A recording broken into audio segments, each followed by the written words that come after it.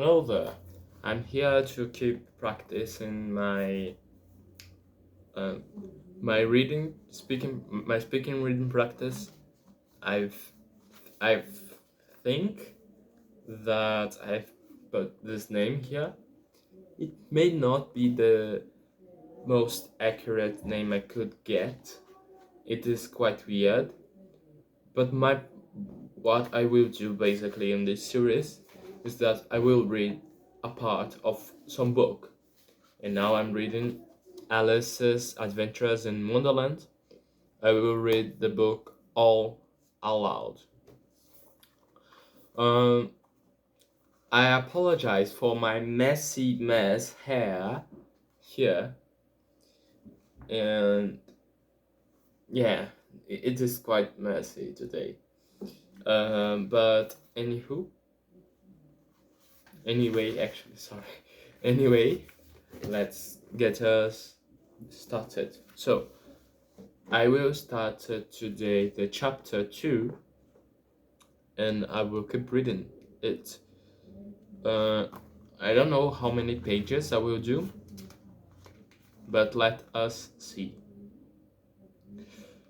Chapter 2 The Pool of Tears. Curiouser and curiouser, cried Alice. She was so much surprised that for the moment she quite forgot how to speak good English. Now I'm opening out like the largest telescope that ever was. Goodbye, feet. For when she looked down at her feet, they seemed to be almost out of sight. They were getting so far off.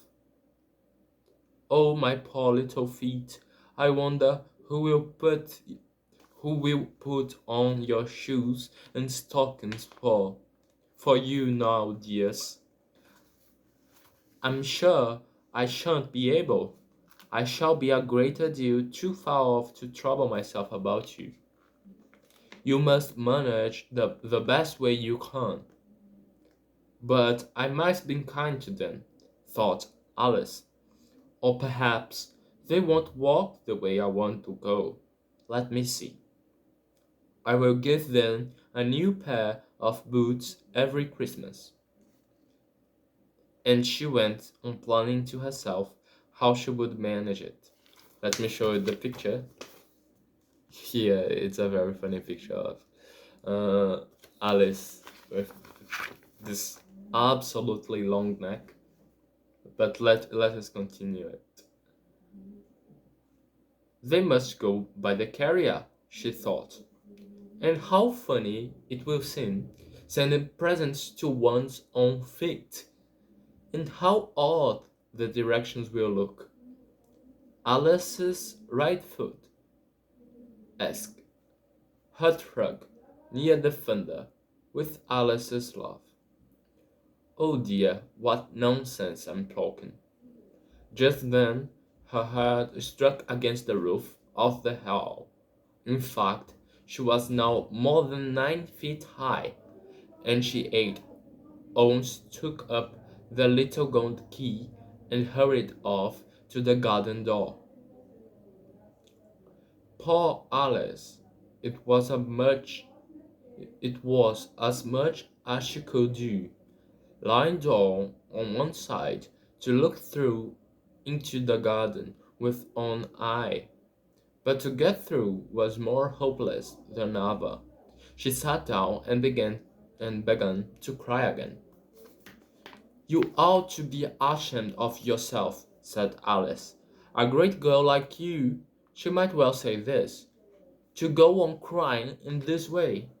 Stop this moment, I tell you.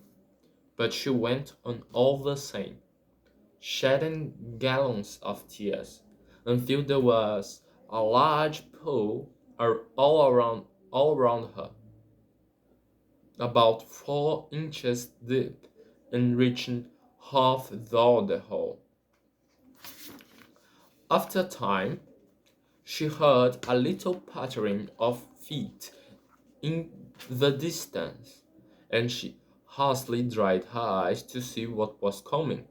It was the White Rabbit returning, splendidly dressed, with a pair of white kid gloves in one hand and a large fan in the other.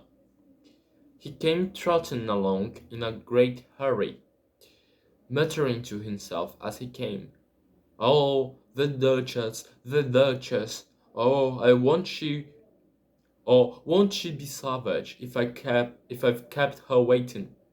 Alice felt so desperate that she was ready to ask help of anyone.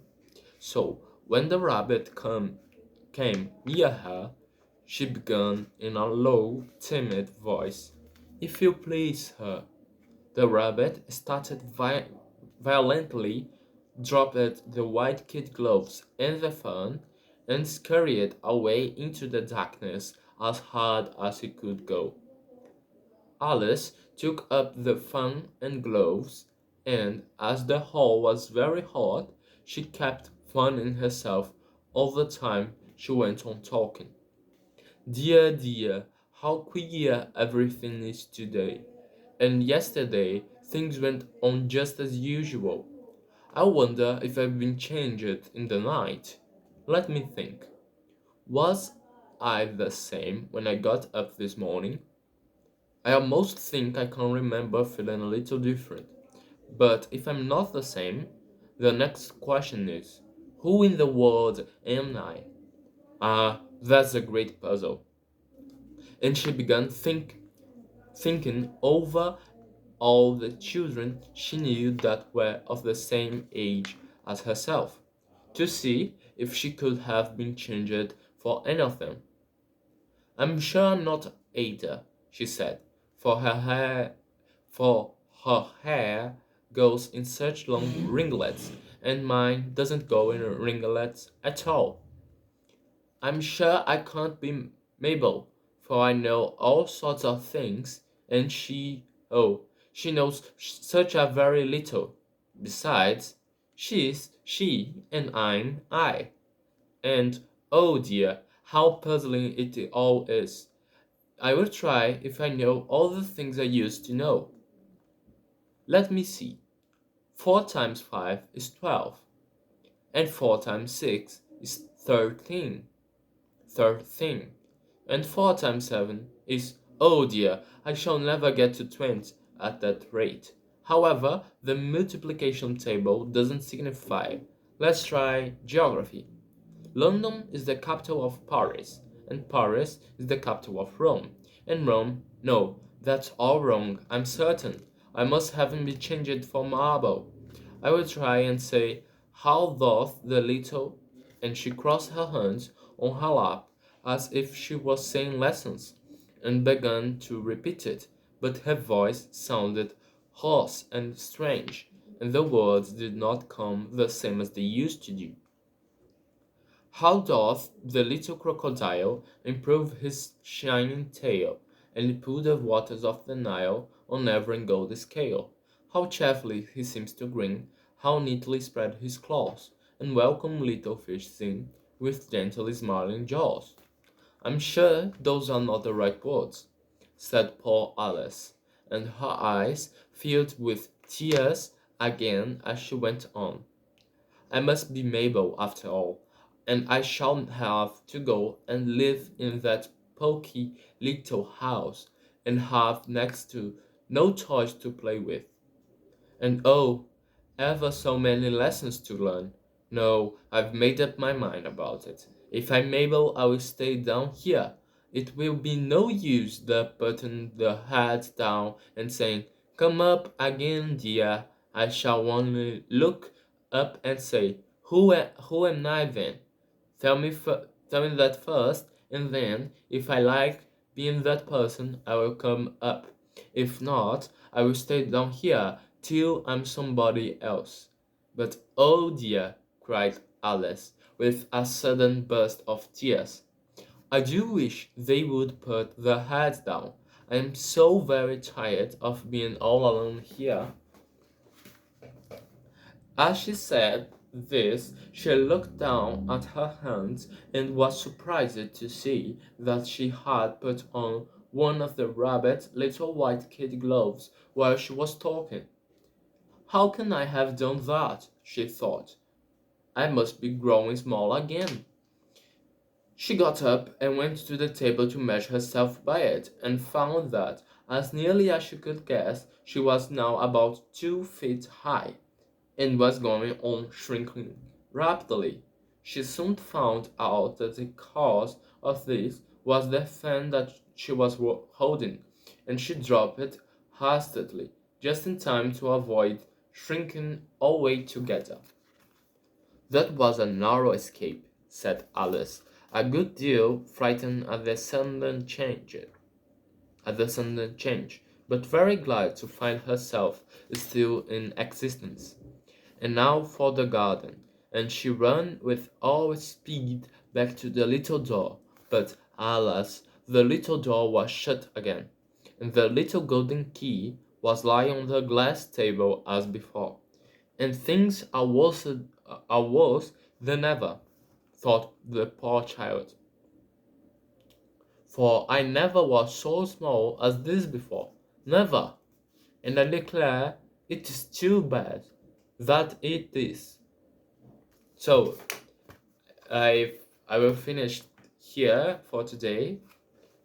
I find it very amusing and very funny how this story is telling. It is tell. I really enjoy it. I think it's a very well written book. It seems a child book. I wouldn't say that I will necessarily define it as that, but it surely would be a book that I will read as a child.